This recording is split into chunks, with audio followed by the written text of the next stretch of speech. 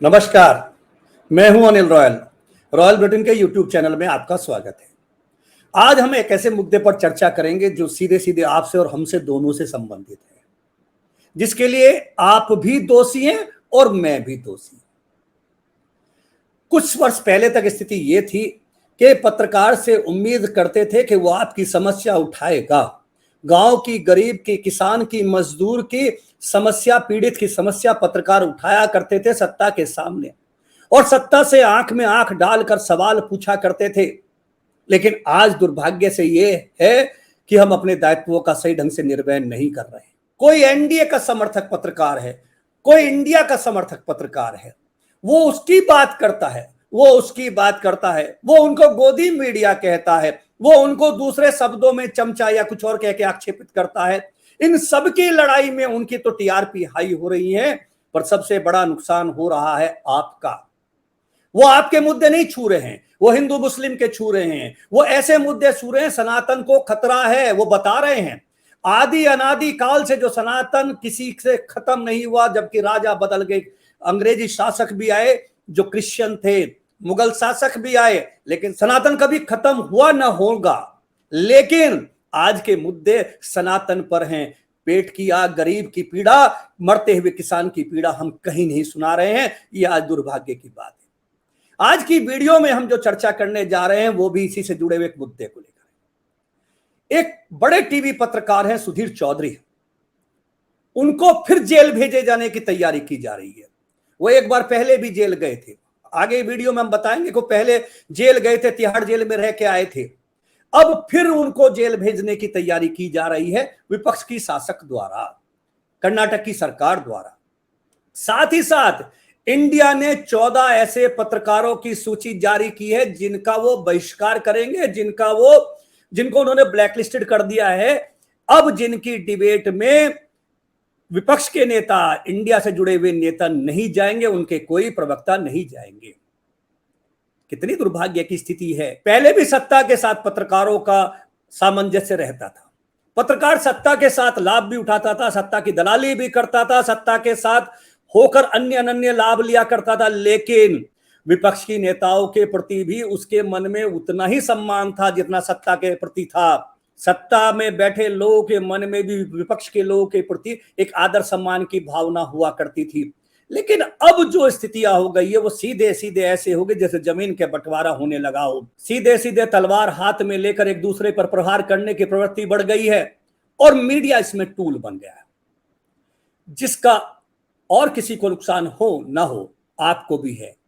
और मेरे 4 दशक की पत्रकारिता में मुझे भी शर्मिंदगी महसूस होती है कि हमें उठाना क्या चाहिए था, हमें बात किन मुद्दों पे करनी चाहिए थी। और आज हम नेशनल मीडिया में, मेन स्ट्रीम मीडिया में बात किन मुद्दों की करते हैं, चर्चा कौन मुद्दे बनते हैं। गरीब किसान मर रहा है, मजदूर मर रहा है, छोटे दुकानदारों की स्थिति है कि उनकी दिन भर में बोनी नहीं हो रही है, वो कंगाल होते जा रहे, कर्ज में डूब रहे हैं, चूंकि बड़ी बड़ी कंपनियां, अडानी अंबानी की कंपनियां पूरे बाजार को कब्जाते जा रही है। एक छोटा किसान सब्जी उत्पाद करके अपने घर का, परिवार का पालन पोषण करता था, आज वो भी उस संकट में आ गया कि वो भी अडानी जी, अंबानी जी उससे 10 रुपए की लेकर 100 रुपए किलो पर बेच रहे हैं।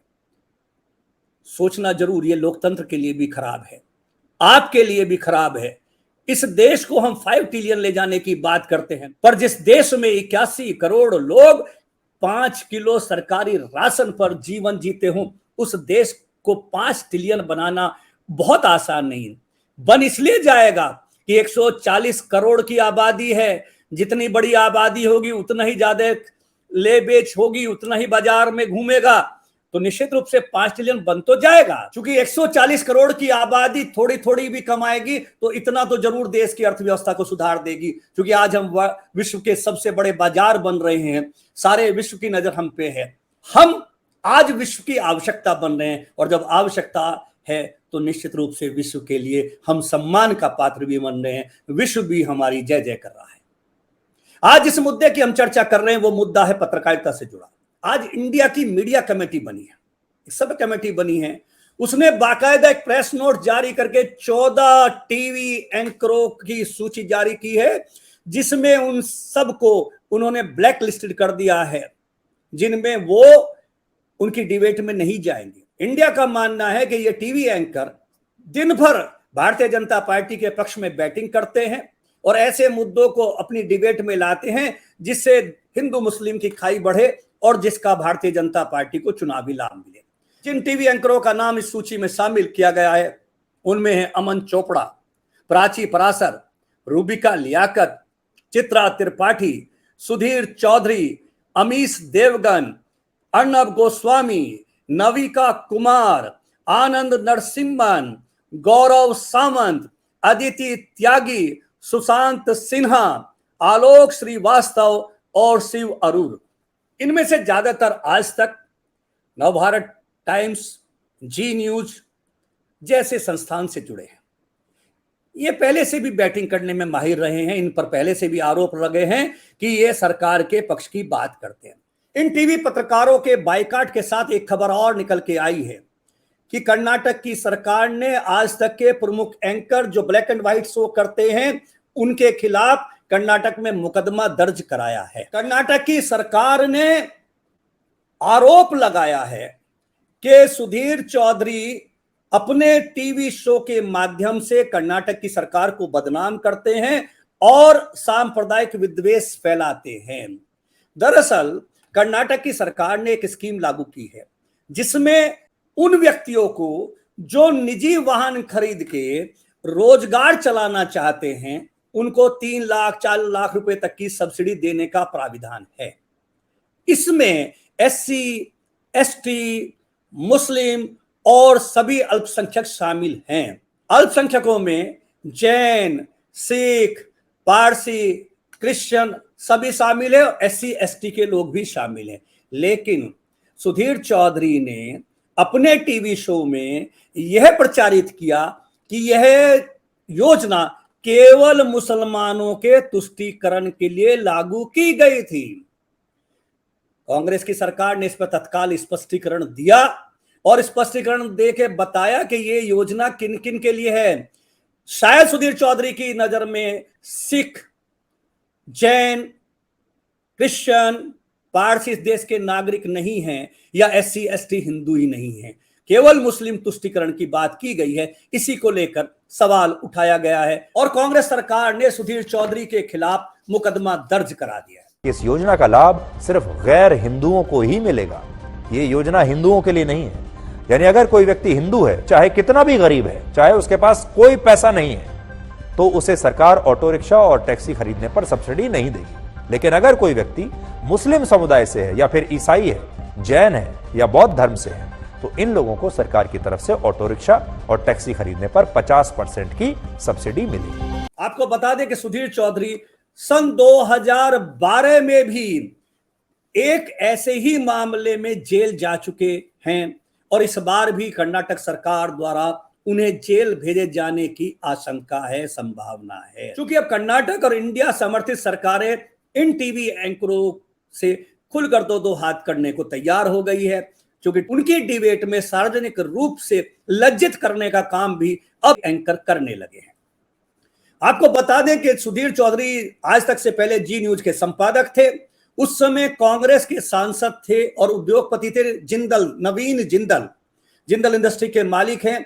उनसे 100 करोड़ रुपए की रंगदारी मांगी गई थी, 100 करोड़ रुपए मांगे गए थे। नवीन जिंदल की company Jindal steel power limited की शिकायत पर सुधीर चौधरी और जी बिजनेस के हेड समीर अहलुवालिया के खिलाफ साजिश रच ने वसूली करने का आपराधिक मामला दर्ज किया गया था। दोनों संपादकों को क्राइम ब्रांच ने 27 नवंबर 2012 को गिरफ्तार कर जेल भेज दिया था।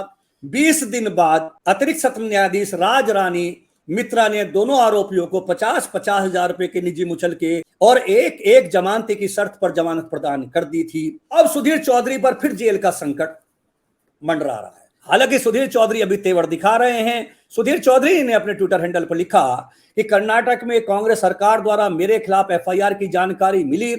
सवाल का जवाब एफआईआर, वो भी गैर जमानती धाराओं के साथ, यानी कि गिरफ्तारी की पूरी तैयारी। मेरा सवाल यह था कि स्वावलंबी सारथी योजना में हिंदू समुदाय शामिल क्यों नहीं है। इस लड़ाई के लिए भी मैं तैयार हूं, अब अदालत में मिलेंगे। सुधीर चौधरी शायद बोलते समय उनकी रिसर्च टीम की गलती रही होगी, उसने ये नहीं बताया कि हिंदुओं में SC ST भी शामिल होते हैं जो इस योजना के लाभार्थी हैं, और जैन अलग धर्म होने के बावजूद भी हिंदुओं से जुड़े हुए हैं, उनको भी लाभ मिल रहा है, सिख को भी लाभ मिल रहा है। इसलिए यह कहना कि केवल मुस्लिम का तुष्टीकरण है, निश्चित रूप से गलत तो था ही। सुधीर चौधरी आशंका जता रहे हैं कि उनकी इस मामले में गिरफ्तारी की जाएगी। बहरहाल उनकी गिरफ्तारी होगी या नहीं होगी, वो किसी अदालत से क्या लाभ ले पाएंगे ये अलग विषय है। लेकिन आज के जो दोनों घटनाक्रम हैं, 14 एंकरों को ब्लैक लिस्टेड किया जाना और सुधीर चौधरी के खिलाफ FIR और उनकी दोबारा गिरफ्तारी का प्रयास, निश्चित रूप से मीडिया के लिए तो शर्मनाक पहलू है ही, इस देश के लोकतंत्र के लिए भी चिंता का विषय है, जहां विपक्ष सीधे सीधे इस आरोप के साथ पत्रकारों को ब्लैकलिस्टेड कर देता हो कि वो आप एक पक्षीय कर रहे हैं। एक पक्षीय होना निश्चित रूप से गलत है, पर माफ करना, दोषी आप भी हैं। आप ही इस पत्रकारिता को बढ़ावा दे रहे हैं। एक पक्ष आप में से NDA की बात सुनना चाहता है, एक दूसरा पक्ष इंडिया की बात सुनना चाहता है। आप अपने हित की, अपने परिवार के हित की, अपने देश के हित की बात को नहीं सुनना चाहते। आपको भी अच्छा लगता है दिन भर हिंदू मुस्लिम, पर सोचना जरूर क्या आने वाले समय में हम कैसा राज्य बना रहे हैं, कैसा देश बना रहे हैं, जिसमें आपकी और हमारी आने वाली संतति रहेगी।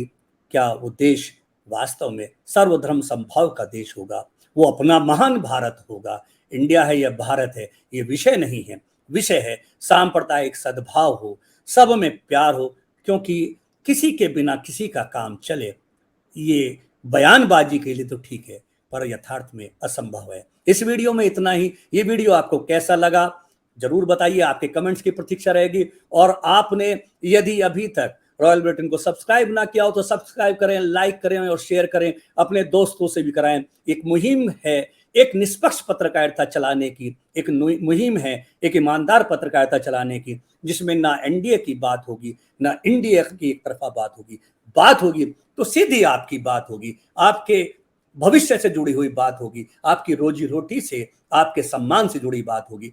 नमस्कार।